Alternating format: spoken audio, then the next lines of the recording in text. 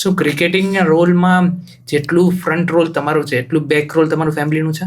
100% મને બહુ સપોર્ટ મળ્યો ફેમિલીથી. મને ક્યારે એવું ન કીધું કે તું ક્રિકેટ સારું નથી રમતો તો તું હવે રહેવા દે ક્રિકેટ. મને જ્યારે હોય ત્યારે મને સપોર્ટ જ કરતા હોય ને એમ 100% બેક કરે કે તું ક્રિકેટ રમ, અમે છીએ પાછળ. એ દોરાનમાં કોઈ રિલેટિવ બી કાંઈ કહેતા હોય કે યાર આ તો 2-3 વર્ષ 6 વર્ષથી રમે છે હજી નથી રિઝલ્ટ, ત્યારે કાંઈ રોલ શું હતું?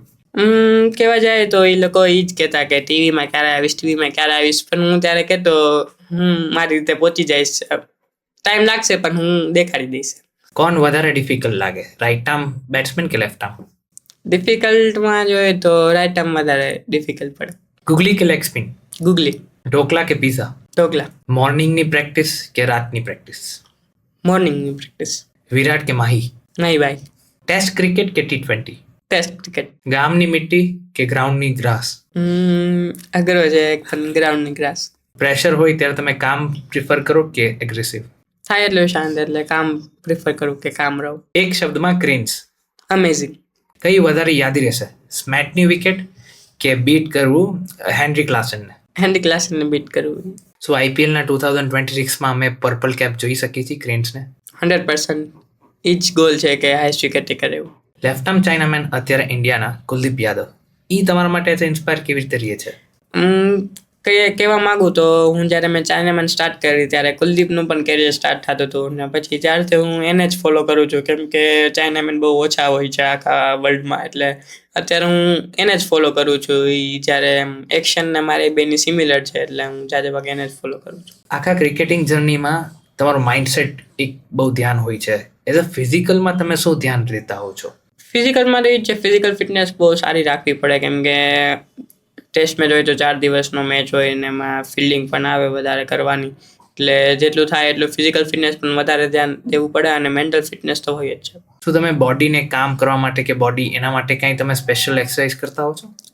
સ્પેશિયલ એક્સરસાઇઝ તો એવું કંઈ નથી, મેડિટેશનથી જ બધું થઈ જાય છે. જેટલું થાય એટલું શાંત રહેવાનું, એમાંથી જ શીખવા મળે છે કે શાંત રહી શકીએ. તો ક્રેન્સ, હવે આપણે જઈશું વન વર્ડ આન્સરમાં. Pressure? Virat Kohli. Fear? MS Dhoni. Love? Abhishek Sharma. Father? મારા father. IPL? SRH. Money? Cricket. Fame? Cricket. India? Dream. ગામ? માલિયાટીના. યોરસેલ્ફ? અનપ્રેડિક્ટેબલ. ઓકે ક્રેન્સ, તો હવે આપણે એક એવી ગેમ રમશું જેમાં નામ હશે, એ તમને બોલવાનું નથી, એનું ગેસ કરવાનું છે, ઓર એના રિલેટેડ કંઈ તમને બોલવાનું છે. એ ગેસ મારે કરવાનું છે. Okay? Okay.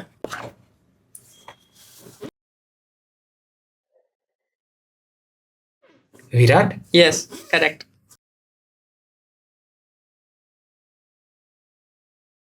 SRK? Yeah, perfect.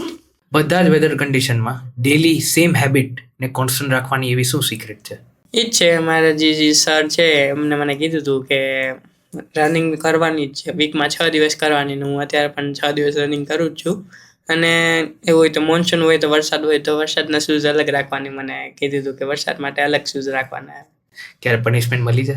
ના, એવું પનિશમેન્ટ તો નથી મળી. સર રનિંગ ને એવું બહુ કરાતા. એકવાર એવું મળી દીધું 8 કિલોમીટર રન કરવા જવાનું છે.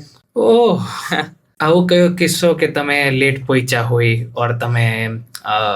હા, એવું થાય ક્યારેક હું લેટ થઈ જતો હોય, કેમ કે અમે 2 જણા મારા ઘરેથી જતા, ક્યારેક એ લેટ હોય તો અમે 2 ન પહોંચી શકતા, તો એના લીધે પછી સર ઊભા રખાવી દેતા, કાંઈ કરવા ન દેતા, એમ પ્રેક્ટિસ પણ ન કરવા દે ને કાંઈ પણ સેશન નો અટેન્ડ કરવા દે. શું વધારે ટેમ્પટિંગ છે, બોલિંગ ના નાખવી કે બેટિંગ ન કરવી? બોલિંગ ના નાખવી.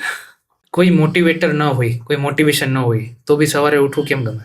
એક હેબિટ જેવું કહી શકાય, કેમ કે એક હેબિટ પડી ગઈ છે, 6-7 વર્ષથી એકને એક રૂટીન છે, એટલે એ થઈ જ જાય, એમ હેબિટ પડી ગઈ છે મને. ક્રિકેટર એક કેરિયર કોઈ લે, તેનું હાર્ડ રિયાલિટી શું છે જે લોકોને ખબર જ નથી? હાર્ડ રિયાલિટી કહેવા માંગે તો IPLમાં તમે સિલેક્ટ થાવ તો 1 કરોડમાં 1ની પ્રોબેબિલિટી છે, એટલે એટલું બધું ટફ છે ક્રિકેટર બનવું હોય તો.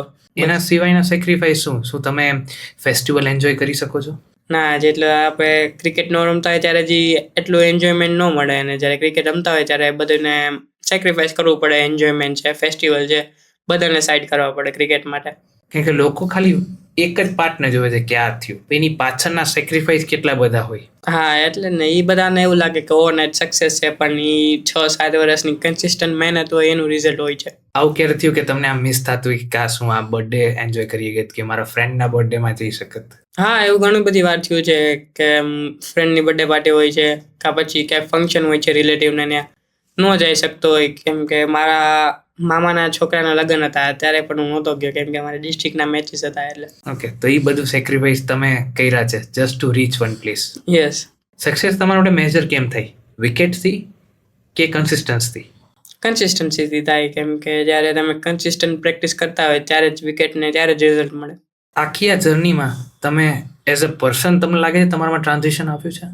ના એટલો બધો તો કઈ ચેન્જ નથી આવ્યો કેમ કે જેવો હતો એવો જ છું. હજી સિલેક્ટ થઈ ગયો, પિક થઈ ગયો તો પણ કઈ ચેન્જ નથી. સો જ્યારે એક ફેમ સ્ટાર્ટ થઈ ત્યારે તમારા હિસાબથી એક વ્યક્તિમાં એના સારા સિદ્ધાંતો કયા?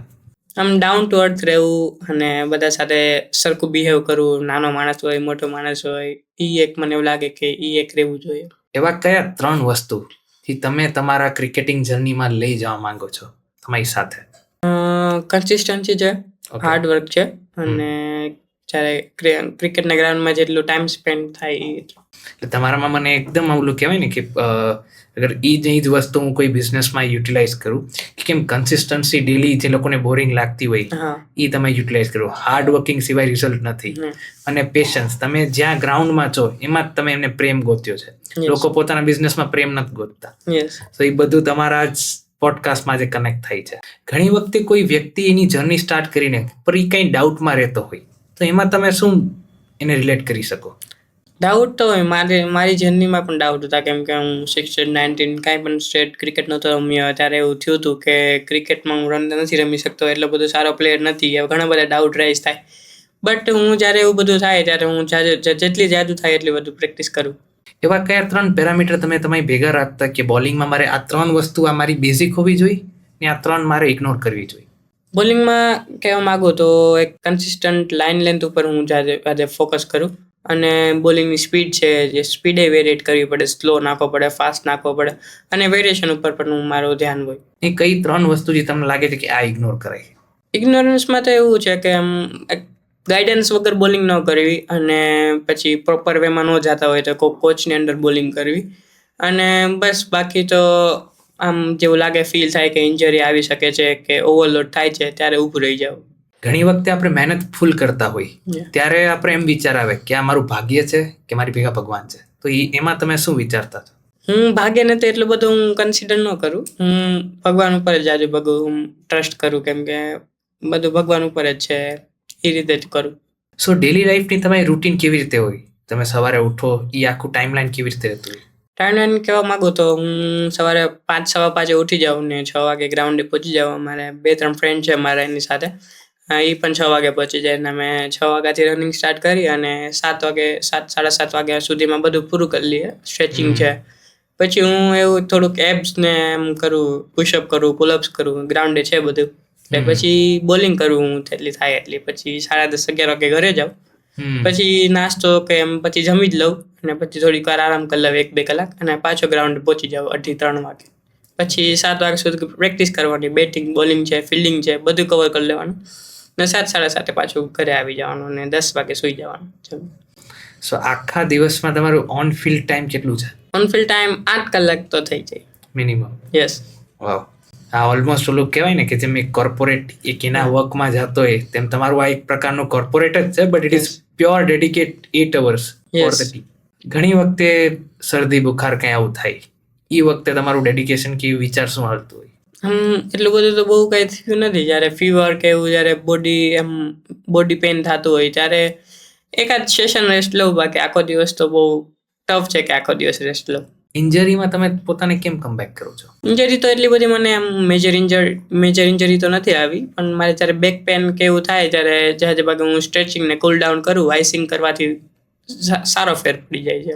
એવું કયું મુમેન્ટ થયું છે કે તમારું ફર્સ્ટ સેશન બહુ ખરાબ ગયું હોય એક મેચમાં અને સડનલી તમે સેકન્ડ સેશનમાં ગજબનું કમબેક કર્યું હોય? હા, હમણાં રિસેન્ટ જ એક એવો મેચ ગયો. અંડર-20 સ્ટેટનો મેચ હતો, મહારાષ્ટ્ર સામે મેચ હતો. ત્યારે ફર્સ્ટ સેશન હતું, જ્યારે લંચ પહેલાનું સેશન, એમાં મને એક પણ વિકેટ ન મળી ને બહુ ખરાબ બોલિંગ થઈ. પછી લંચ પછી અમે ગયા ત્યારે પછી મને સીધી 4 વિકેટ મળીને ઓલ આઉટ કરી દીધા, એટલે એમ ગ્રેટ કમબેક જેવું કહી શકાય. વાવ, ગ્રેટ. કયું તમારા માટે ટફેસ્ટ છે, T20, વન ડે કે ટેસ્ટ મેચ? ટફ કહેવા જાય તો ટેસ્ટ મેચ ટફ છે, કેમ કે એમાં કન્સિસ્ટન્ટ નાખવી પડે અને પેશન્સથી બોલિંગ કરવી પડે, કેમ કે T20માં અને ODIમાં તો એવું છે કે 4 ઓવર અને મેક્સિમમ 10 ઓવર આવે ODIમાં. બટ ટેસ્ટ ક્રિકેટમાં તો જ્યારે સારી વિકેટ આવી ગઈ ત્યારે બોલિંગને હેલ્પફુલ ન હોય વિકેટ, ત્યારે બહુ બોલિંગ કરવી પડે અને પેશન્સથી બોલિંગ કરવી પડે, એટલે ટેસ્ટ ક્રિકેટ ટફ છે. પ્રેક્ટિસ કરવામાં તમે ડિફરન્ટ વિકેટ્સમાં ટ્રાય કરતા હોય તમારી પ્લાનિંગ અને પ્રિપેરેશન? પ્રેક્ટિસમાં એ જ છે, જ્યારે ટેસ્ટ મેચ આવતો હોય તો હું રેડ બોલથી વધારે બોલિંગ કરું અને T20 કે ODI હોય તો વ્હાઇટ બોલથી વધારે પ્રિફર કરું બોલિંગ કરવી. એમાં તમારું કંઈ માઇન્ડસેટ ડિફરન્ટ હોય કે સેમ જ હોય? હા, માઇન્ડસેટ ડિફરન્ટ હોય, કેમ કે ODI છે કે T20 છે તો એમાં હું જ્યાં વેરિએશન કરું, અને ટેસ્ટ ક્રિકેટ હોય તો કન્સિસ્ટન્ટ લાઇન અને લેન્થથી બોલિંગ કરતો હોઉં છું. એવી 3 વસ્તુ જે તમે ટેસ્ટ મેચમાં તમે વિચારતા હો છો? એ જ છે કે એક જગ્યા પર જ્યાં બોલિંગ કરવી અને વેરિએશન ઓછા કરવા ને બેટ્સમેનને ટ્રેપ કરવો. ક્રેન્સની લવ લાઈફ છે? ના, અત્યારે તો કાંઈ એવું છે નહીં, ક્રિકેટ ઉપર જ ફોકસ છે. એટલે અગર કોઈ નેક્સ્ટ લાઈફ પાર્ટનર આવવા માંગતો હોય તેવા કયા 3 ગ્રીન ફ્લેગ તમારા હિસાબથી? ગ્રીન ફ્લેગ તો અત્યારે તો એવું કંઈ મેં વિચાર્યું નથી, કેમ કે અત્યારે ક્રિકેટ ઉપર ધ્યાન દેવાનું છે ને મારી હજી એજ પણ 21 છે, એટલે હું એટલું બધું કંઈ ફોકસ નથી કરી એ વાત ઉપર. સો થેન્ક યુ ક્રેન્સ, તમે આજે આવ્યા, તમે આટલો સારો સમય આપ્યો. આઈ હોપ આજની જર્નીમાં તમને મજા આવી હશે. મને બહુ મજા આવી ને આ મારું પેલું પોડકાસ્ટ હતું ને, કે બહુ સારો એક્સપિરિયન્સ રહ્યો. ઓકે, અને આજના તમારા પોડકાસ્ટમાં હું 100% શ્યોર છું જે બી યંગ ક્રિકેટર હશે એ લોકોને ખૂબ જ જાણવું મળશે અને ખૂબ જ નવું લર્નિંગ્સ મળશે. હા, 100% છે, કેમ કે મારી લાઈફ એમને એમ જોવા જાય તો ઘણું બધું શીખવા જેવું છે. તમે ગામડાથી આવ્યા છો તો એ કેટલા બધા તમારા માટે ફેઝિસ હતા એ બધા આજે આપણે જોયા. તો આઈ હોપ જે બી વ્યુઅર્સ છે એ બધાને બહુ જ મજા આવશે. Once again thank you and keep watching to the million impact.